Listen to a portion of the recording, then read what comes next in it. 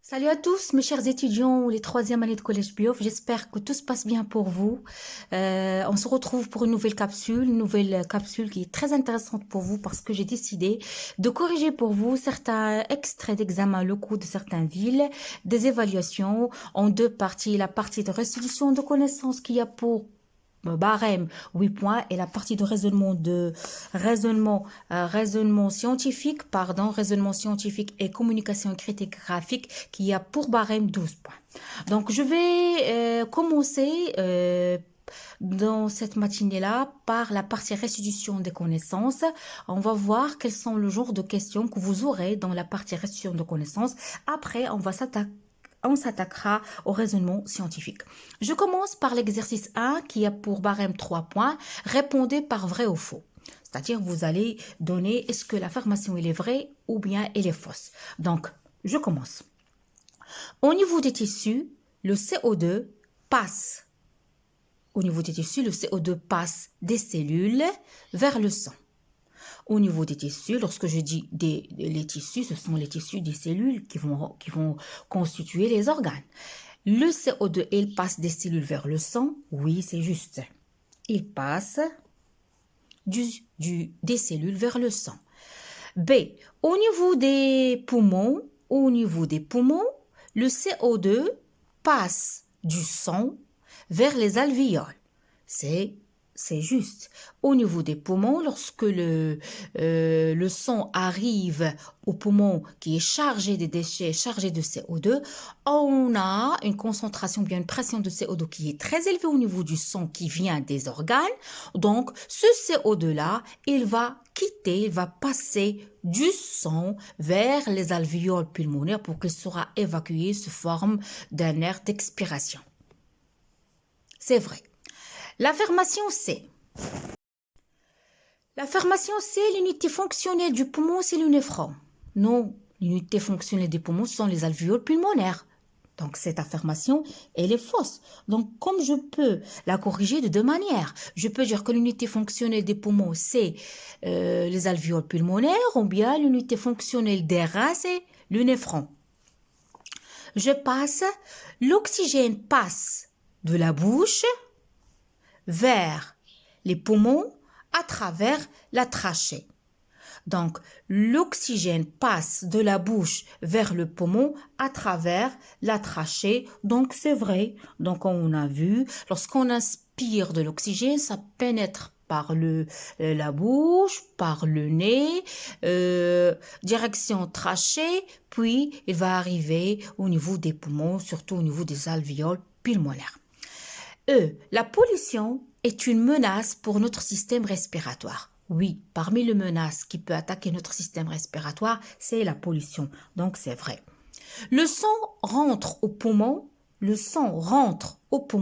à travers les veines pulmonaires. Donc là, c'est une affirmation qui est fausse. Il entre au niveau des poumons à travers les artères pulmonaires. Donc ça, c'est faux. Donc, je passe à l'exercice 2, un autre type d'exercice de restitution de connaissances. Relier chaque élément du groupe A avec l'expression qui lui convient dans le groupe B. Puis, vous allez recopier les couples et compléter-les avec les lettres qui conviennent.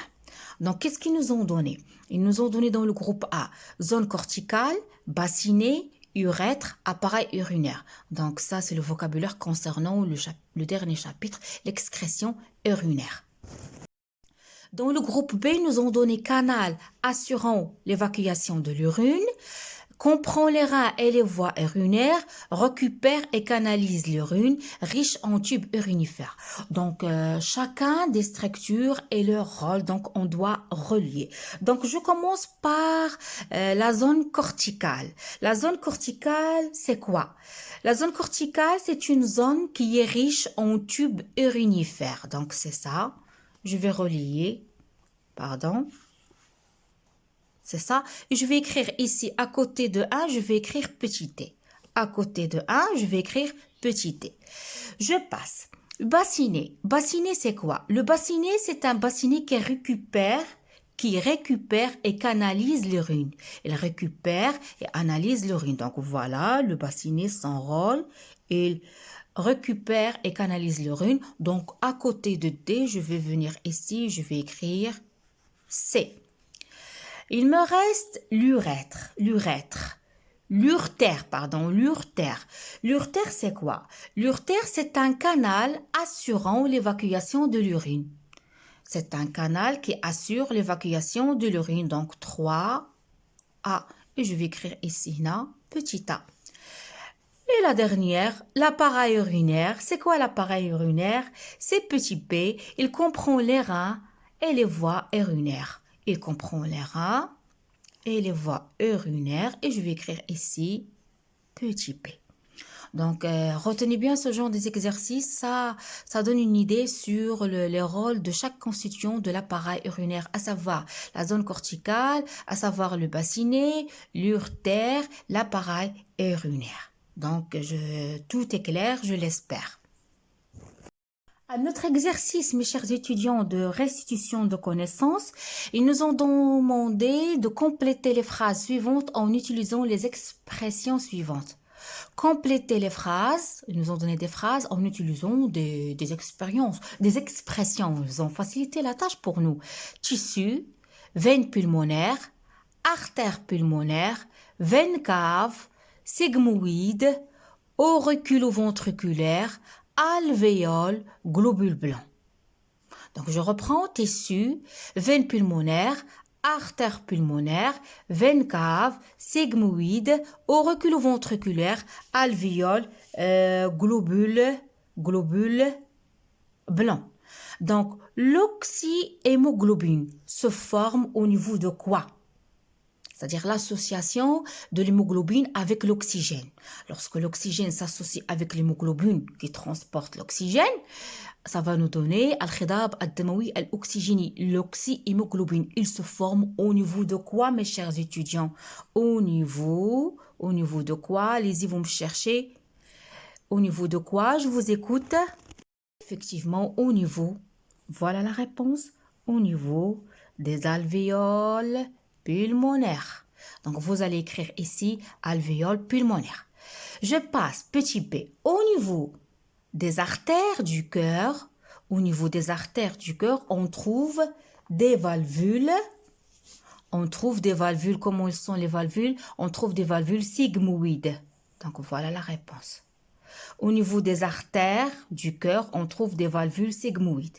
Petit c, le sang rentre. Le sang rentre à l'oreillette gauche par... Le sang rentre à l'oreillette gauche par quoi? Par les veines pulmonaires.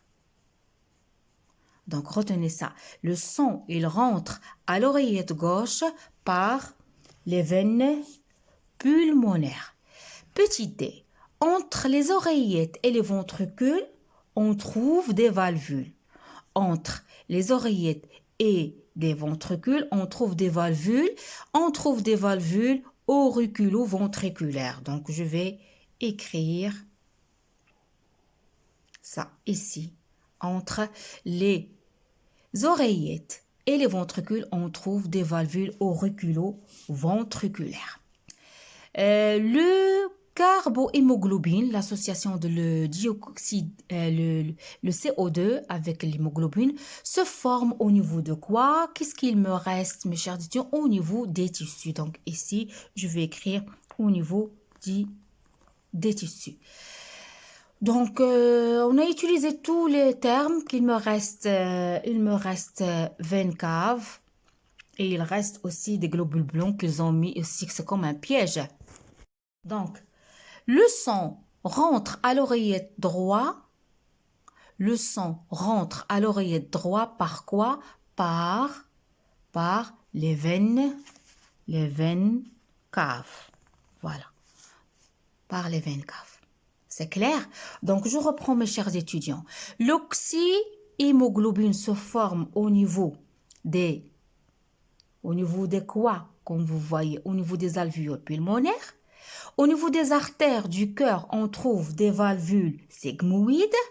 Le sang rentre à l'oreillette gauche par les veines les veines pulmonaires. Entre les oreillettes et les ventricules, on trouve des valvules auriculo-ventriculaires. Le carbohémoglobine se forme au niveau des tissus. Le sang rentre à l'oreillette droite par les veines caves. Donc, je pense, mes chers étudiants, que tout est clair pour vous. On passe maintenant à la partie, donc ça, c'était la partie restitution de connaissances. Comme vous voyez, 3 exercices. Des exercices vrais ou faux, relier chaque affirmation à son rôle, compléter le texte suivant. On va passer aux choses sérieuses, on va passer à la partie raisonnement scientifique.